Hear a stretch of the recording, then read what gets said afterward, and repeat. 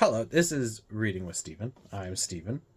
And in today's video, I'm going to be discussing Maya Angelou's I Know Why the Caged Bird Sings.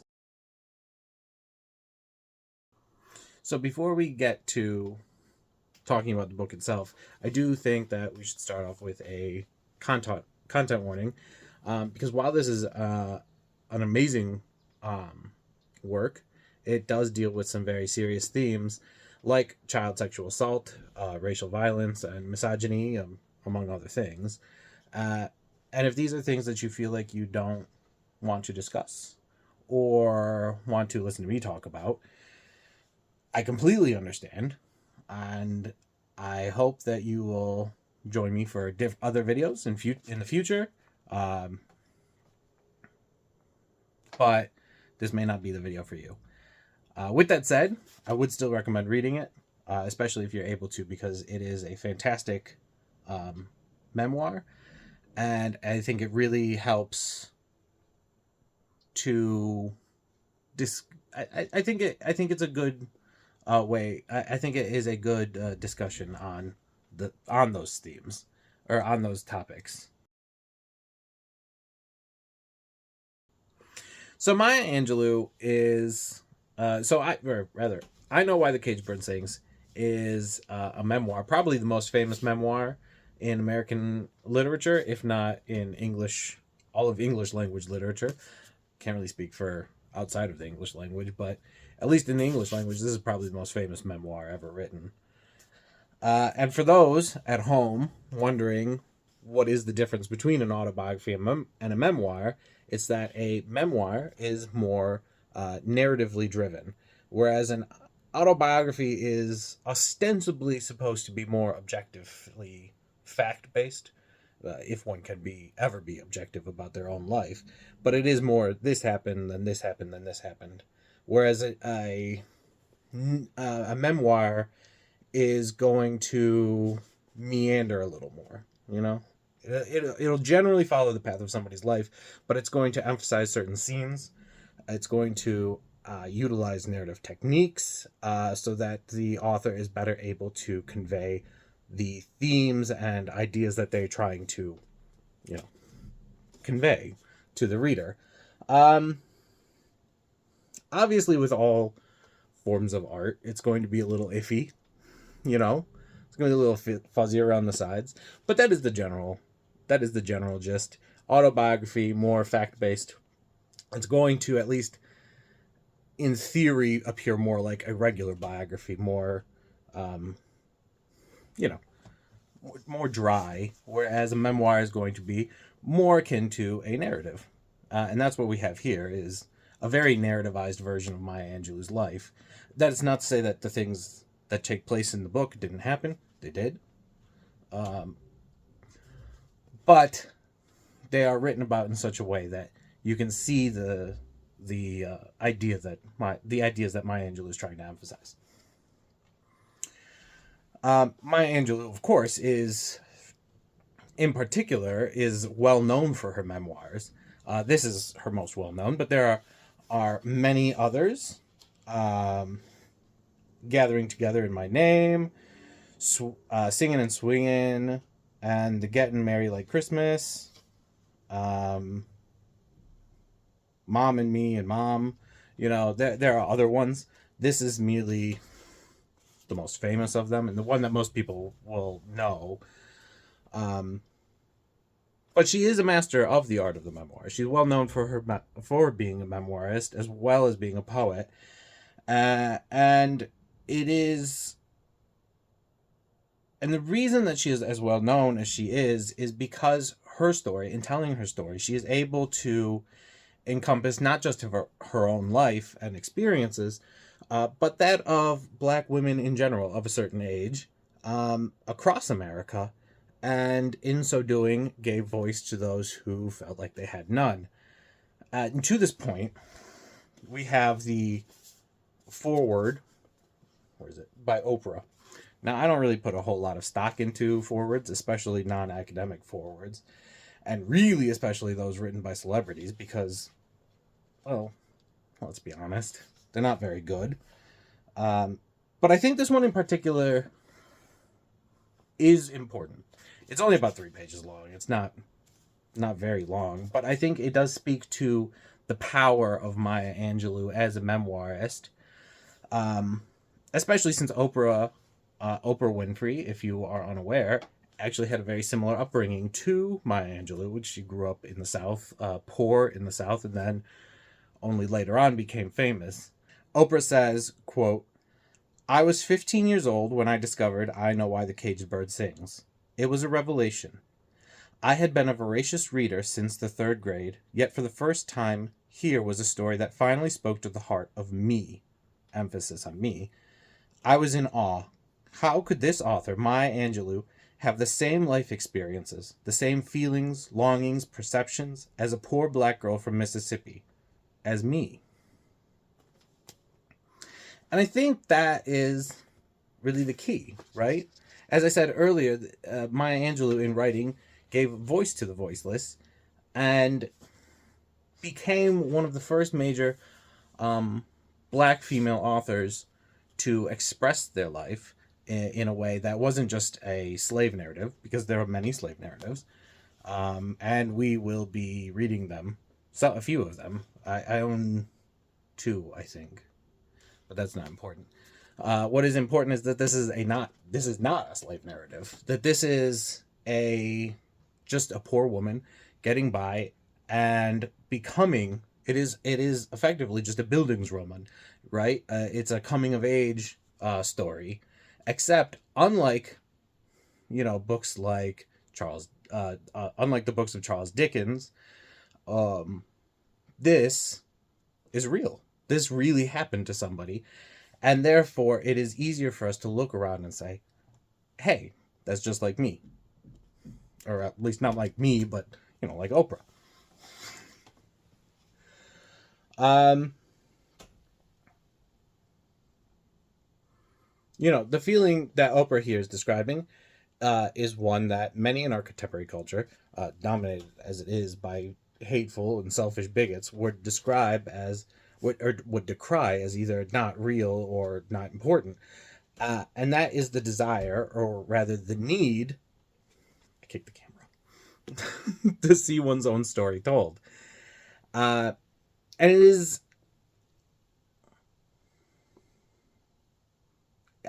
is especially important for people who aren't the Oprahs, who aren't capable, either for lack of education or lack of opportunity, to tell their story. It is important for people to be able to see their story um, told, as Maya Angelou is able to, and as Oprah was able to tell her own story.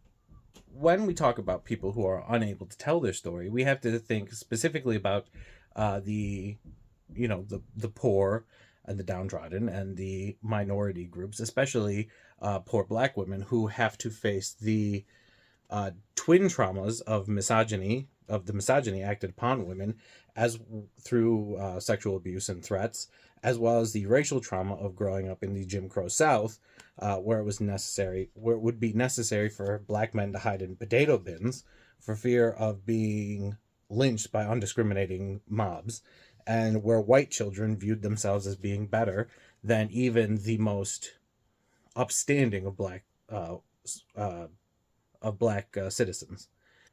An early scene in the book acts as a great example of both the misogyny and the racial discrimination that black women were facing at the time, but also it shows one of the ways in which they were able to maintain their own dignity against the white patriarchal world that hated them so much.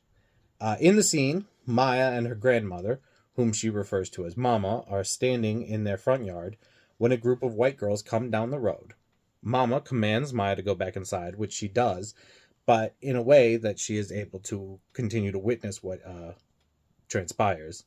Mama greets the girls politely, as is necessary for her to do, while the girls instead speak familiarly to her. Um, When the girls begin to openly mock Mama, however, she, in reaction, begins to sing hymns to herself while ignoring the girls. This causes the girls to grow more and more wild until the oldest of them does a handstand, causing her dress to fall over her face and flash Mama uh, her pubescent womanhood, I suppose, if you will. When this fails to elicit a response from Mama, they move on and leave. Only at which point does Mama acknowledge them by saying goodbye to each of the girls in turn. This is a particularly powerful scene for a number of reasons. Not the least is the threat of how powerful white womanhood is in relation to black womanhood. Hence um, the girls flashing Mama being important. But it's also important for how Mama deals with the threat of further violence, which would inherently be enacted upon her had she responded. Maya, a young child at this time, is unable to fully appreciate the danger and wishes that she could retaliate through violence. Quote, I thought about the rifle behind the door, but I knew I'd never be able to hold it straight, and the 410, our sawed-off shotgun, which stayed loaded and was fired every New Year's night, was locked in the trunk, and Uncle Willie had the key on his chain. She wants the immediacy of violence without thinking first of what the consequences of that violence would be, namely endangering both her immediate family and also that of the community as a whole. This lack of wisdom is part of why Mama sent Maya back inside, just as much to save her from the mockery. Maya further doesn't understand what has happened. When the girls leave and Mama sends them away, calling each of them Miss, and is only when she sees how proud of Mama that how proud Mama is of herself, that she realized that there is another way of fighting back against the white supremacist society. Quote, then they were moving out of the yard on their way to town. They bobbed their heads and shook their slack behinds and turned, one at a time. Bye, Annie. Bye, Annie. Bye, Annie. Mama never turned her head or unfolded her arms, but she stopped singing and said, bye, Miss Helen. Bye, Miss Ruth. Bye, Miss Eloise. I burst. A firecracker. July the 4th burst. How could Mama call them Ms.? The mean, nasty things. Why couldn't she have come inside the sweet, cool store when she saw them breasting the hill? What did she prove? And then, if they were dirty, mean, and impudent, why did Mama have to call them Ms.? She stood another whole song through and then opened the screen door and to look down on me crying in rage. She looked until I looked up. Her face was a brown moon that shone on me. She was beautiful. Something had happened out there which I couldn't completely understand. But I could see that she was happy. Then she bent down and touched me as mothers of the church, quote, lay hands on the sick and afflicted, and I quieted. Go wash your face, sister. And she went behind the candy counter and hummed, Glory, glory, hallelujah, when I lay my burden down. I threw the well water on my face and used the weekday handkerchief to blow my nose. Whatever the contest had been out front, I knew Mama had won. It is not so complete a victory as to stop the indignities of legal and social racism. That wouldn't come until decades later with the Civil Rights era, and arguably that work has yet to be completed. But that is a discussion for other books. No, this was a small personal victory for Mama, and one in which the poor white trash girls, as they are described, attempted to diminish the authority and even the very personhood of Mama, but against which she withstood with her dignity intact. It is this example which Mama tries to instill into Maya, and which she in turn passes on to us. That despite the danger, despite the fear, despite the torrential hatred, we can still maintain our own self-worth, and in doing so demand that others acknowledge our humanity as well. This is not the only time in which others would put down Maya or her kin, nor would she be able to imitate her grandmother fully. After all, throughout the novel, she remains nothing more than a child, and children, while they might learn from and imitate adults in their lives, are not themselves adults yet. As I said earlier, racism was not the only thing that was holding black women down, but also the patriarchal domination rooted in misogyny and expressing itself most fully in sexual violence. Mama, as an older woman and one without a husband, is unusually free of patriarchal dominance. The only man in the house is the physically impaired Uncle Willie, who struggles with his own issues under patriarchy, though they go sadly, or albeit understandably, underexplored in the book, given that it is from Maya's perspective and not about Uncle Willie.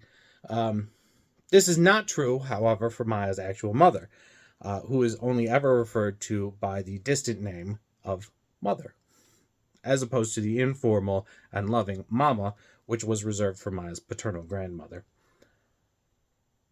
Mother lives with a Mr. Freeman, who takes umbrage with the fact that Mother is as beautiful and vivacious and widely known as she is. While she works in the evening, he waits at home doing nothing, just waiting for her to return into his life. While his motivations are never made crystal clear to Maya, child as she is, it can be surmised that he is jealous of the life that Mother lives while outside of his sight, and in a monstrous fashion takes it out on Maya. At first, he ignores Maya's presence, but eventually grows bold enough to begin to sexually abuse Maya, having the girl. Look, look. I don't care that much about monetization.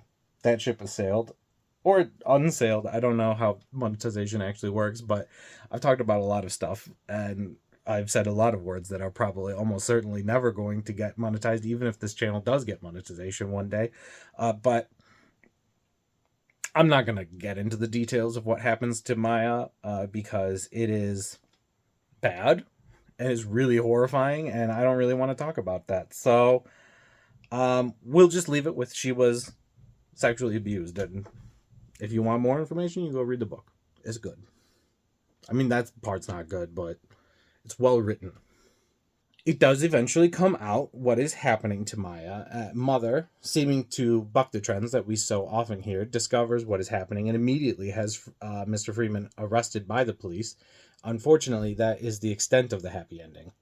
Since during the criminal trial, Maya is forced to relive the trauma again, only for Freeman to be given no jail time and paroled immediately.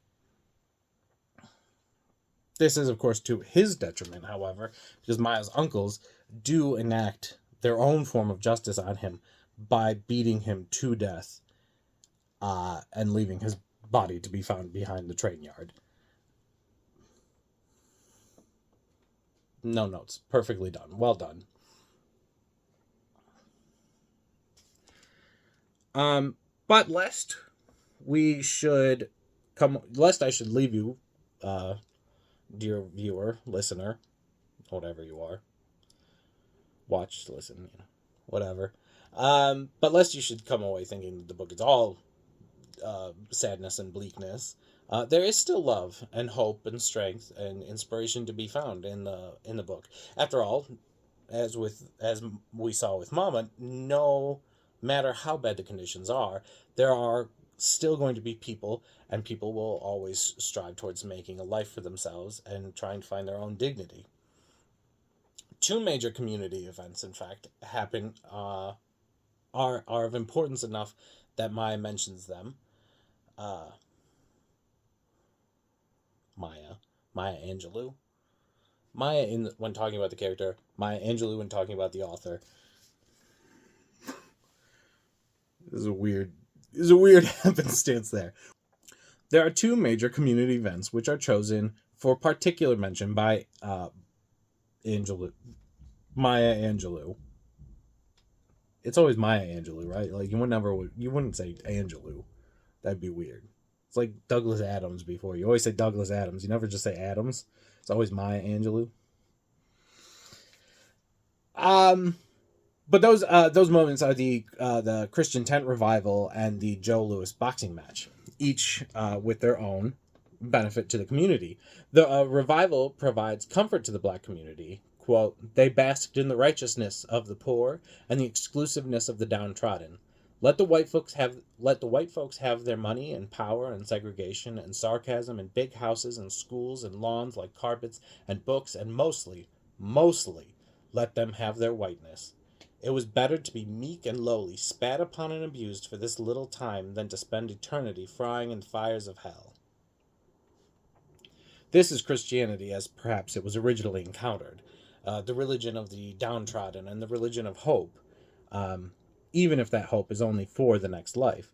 And in this religious revival, we see how the community comes together. All the various churches, uh, there's like 6 or 7 different churches that come together in this one moment, and they each have their own baptisms, and they all come together and they receive the word. Even if they disagree with each other, they all receive the word together, the word of God together, and they all pray together. And it is a moment in which they are all able to come together and be one as a community. However, for righteousness in the here and now, for their current life, we see the communal excitement around the Joe Louis boxing match. The last inch of space was filled, yet people continued to wedge themselves along the walls of the store. Uncle Willie had turned the radio up to its last notch so that the youngsters on the porch wouldn't miss a word. Women sat on kitchen chairs, dining room chairs, stools, and upturned wooden boxes. Small children and babies perched on every lap available, and men leaned on the shelves or on each other. The apprehensive mood was shot through with shafts of gaiety, as the black sky is streaked with lightning. I ain't worried about this fight. Joe's gonna whip that cracker like it's open season. He gonna whip him till that white boy call him mama. At last, the talking was finished, and the string-along songs about razor blades were over, and the fight began. A quick jab to the head in the store, the crowd grunted. A left to the head, and a right, and another left. One of the listeners cackled like a hen and was quieted. They're in a clinch. Louis is trying to fight his way out. Some bitter comedian on the porch said, "That white man don't mind hugging that. Now, I betcha." I don't know how to deal with that. We're just going to ignore it. The referee is moving in to break them up, but Louis finally pushed the contender away, and it's an uppercut to the chin. The contender is hanging on now. Now he's backing away. Louis catches him with a short left to the jaw. A tide of murmuring assent poured out the doors and into the yard. Another left, and another left. Louis is saving that mighty right. The mutter in the store had grown into a baby roar, and it was pierced by the clang of a bell and the announcers. "That's the bell for round 3, ladies and gentlemen." As I pushed my way into the store, I wondered if the announcer gave any thought to the fact that he was addressing as ladies and gentlemen all the Negroes around the world who sat sweating and praying, glued to their master's voice. There were only a few calls for the RC Colas, Dr. Peppers, and Hires root beer. The real festivities would begin after the fight. Then even the old Christian ladies who taught their children and tried themselves to practice turning the other cheek would buy soft drinks, and if the Brown Bombers' victory was a particularly bloody one, they would order peanut patties and Baby Ruths also. It's another to the body, and it looks like Louis is going down. My race groaned. It was our people falling. It was another lynching, yet another black man hanging on a tree, one more woman ambushed and raped, a black boy whipped and maimed. It was hounds on the trail of a man running through slimy swamps. It was a white woman slapping her maid for being forgetful. The men in the store stood away from the walls and at attention. Women greedily clutched the babes on their laps, while on the porch the shufflings and smiles, flirtings and pinching of a few minutes before were gone. This might be the end of the world. If Joe lost, we were back in slavery and beyond help. It would all be true. The accusations that we were lower types of human beings, only a little higher than the apes. True that we were stupid and ugly and lazy and dirty and unlucky, and worst of all, that God himself hated us and ordained us to be hewers of wood and drawers of water forever and ever, world without end. We didn't breathe. We didn't hope. We waited. He's off the ropes, ladies and gentlemen. He's moving toward the center of the ring. There was no time to be relieved. The worst might still happen. And now it looks like Joe is mad. He's caught Carnera with a left hook to the head and a right to the head. It's a left jab to the body and another left to the head. That's a left cross and a right to the head. And the contender's right eye is bleeding and he can't seem to keep his block up. Louis is penetrating every block. The referee is moving in, but Louis sends a left to the body, and it's the uppercut to the chin, and the contender is dropping. It's on the canvas, ladies and gentlemen. Babies slid to the floor as women stood up and men leaned towards the radio. Here's the referee. He's counting. 1, 2, 3, 4, 5, 6, 7.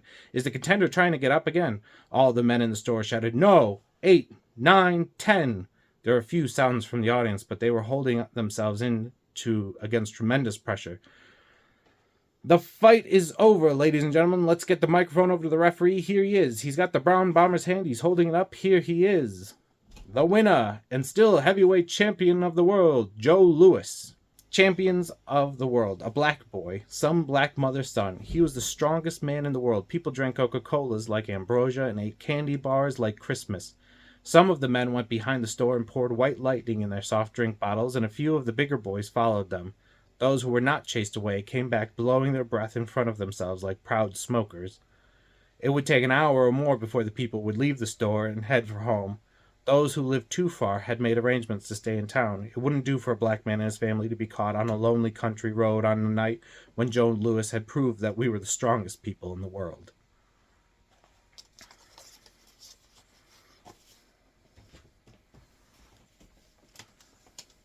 So we see there, in that Joe Louis fight, which I read more of than I think I really intended to, but it was good. It's so good! That Joe Louis, despite having no connections to Arkansas, nevertheless does act as a proxy for all the black men and women who are tired of the racism in this life. And they hang their hopes, their dreams, and everything on to Joe Louis winning these fights. Because Louis gets to act out not just the moral victories, but the real life physical victories. He is a black man fighting a white man and getting paid to do it. And not just getting paid to do it, but being celebrated for doing it. You know, this is the only black man in America that at this time that gets to hit a white man and not get immediately lynched. And that is talked about at the end there when we see that it wouldn't do for a black man to be caught alone, because even though Joe Louis is being celebrated throughout the country for his physical and athletic prowess, you can still see that there is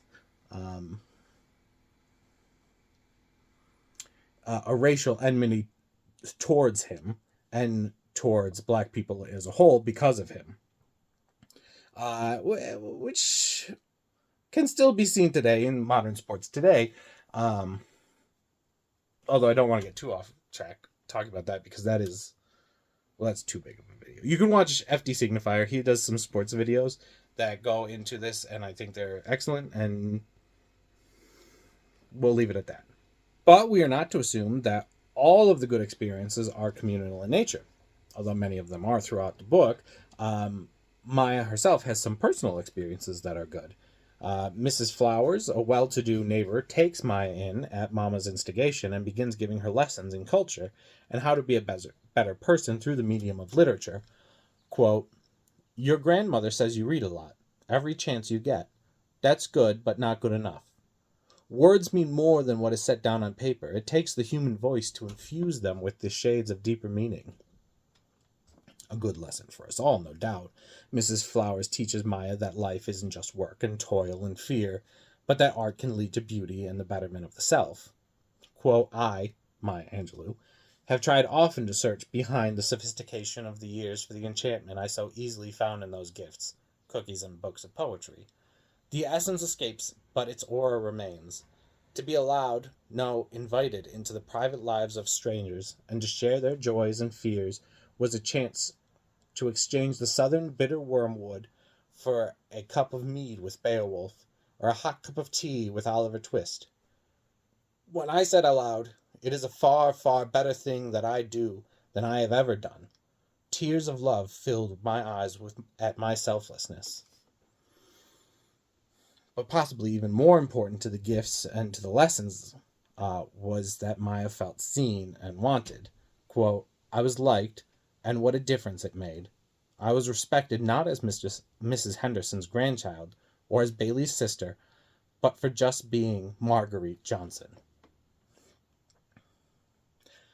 And that, of course, brings us back to the introduction with Oprah, where she talks about the power of seeing her story told and being able to see herself in Maya Angelou's story, and to feel as though she is seen as a real person, and to know that her existence and our existence as readers isn't just some singular thing, but that it is part of a wider experience of human understanding and feeling. And that is, of course, the power of Maya Angelou's memoir. That by following her story, learning to love and respect herself, we are able to join in that growth, in that same growth that she goes through, and learn to love and respect ourselves individually with her. So I Know Why the Caged Bird Sings is one of the most challenged books in schools and libraries across America. It's also it comes under attack frequently because of its frank discussions of sexual abuse and racism, and that makes people feel uncomfortable. And I understand it; it makes me feel uncomfortable too. And I'm, an adult, but I am still left coming back to that view that Oprah talks about, that she growing up sees herself in Maya and sees, the inspiration for helping to become who she became because of Maya Angelou's writing. And I can't help but think that maybe that might be important. That might be an important thing for not like little children, but certainly teenagers to be able to explore, to be able to see the themes and the story that Maya Angelou plays out in such a beautiful and tasteful. I don't know if that's the right word for it, but in such a well written way, that it wouldn't be best if maybe they did have access to these books and actually censorship was a bad thing. But that's probably beyond this video.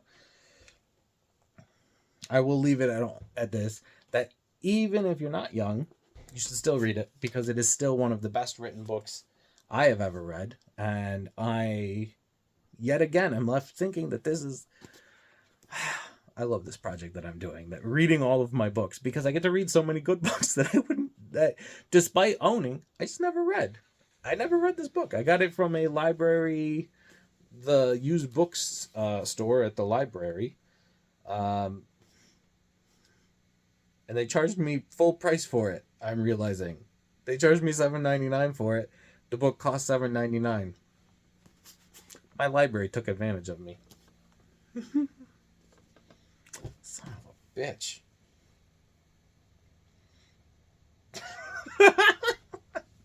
Sorry. I got taken for a ride by my own public library. The next video is going to be a bit different from this one. It's going to be not scripted, first off, which I know that sometimes these videos don't feel as if they were scripted at all, and yet here we are. Here I am writing scripts for videos and not following them as well as I should, probably.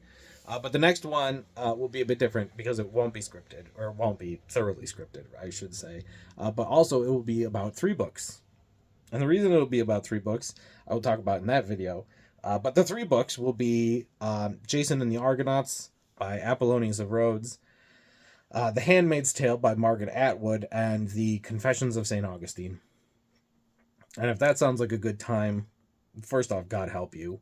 But also, I hope that you'll be in that video. I hope you'll come back for that video. And what else? Oh, thank you for watching. I really do appreciate it. I appreciate it if you subscribe, if you like the videos. That's great. And even more importantly than all of that, I hope you leave a comment, because I love comments. I love talking about books. I do this because I love talking about books, and I have no one to talk about books in my life. So I yell out into the ether, and hopefully the ether yells back at me sometimes. That gives me a lot of. I get very excited. It's an exciting time for me when I get to have comments. So please leave a comment, even if it's not related to Maya Angelou. If you've never read it before, that's fine. You should, but that's fine. Tell me about something else that you're reading. I don't know. What else? I think that's it. So thank you again. And as always, keep reading.